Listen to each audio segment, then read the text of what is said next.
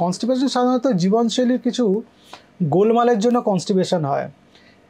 তার মধ্যে প্রথম এবং 1 নম্বর যেটা, সেটা হচ্ছে আমরা ডায়েটারি ফাইবার বেশি খাই না বলে। কিছু কিছু খাবার খাই যেগুলোর মধ্যে ফাইবার কম থাকে। প্রসেসড খাবার খাচ্ছি, কেক খাচ্ছি, বিস্কিট খাচ্ছি, কুকিজ খাচ্ছি, পেস্ট্রি খাচ্ছি, বাইরে থেকে নুডলস খাচ্ছি, পাস্তা খাচ্ছি, বার্গার খাচ্ছি, হটডগ খাচ্ছি, প্রসেসড খাবার খাচ্ছি, এগুলোতে কনস্টিপেশন বেশি হয়। 2 নম্বর, এক্সারসাইজ যারা কম করেন তাদের মধ্যে কনস্টিপেশনের সম্ভাবনা বেশি। যারা কম হাঁটেন, যাদের শারীরিক কসরত কম, বসে বসে কাজ করেন, এমন জায়গায় কাজ করেন ঘন্টার পর ঘন্টা কম্পিউটারের সামনে বসা, তাদের কনস্টিপেশন হওয়ার সম্ভাবনা বেশি।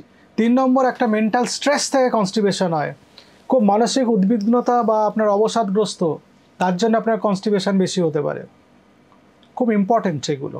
আর 4 নম্বর হচ্ছে জল কম খেলে। যদি কেউ জল কম খান তাহলে কনস্টিপেশন হতে পারে।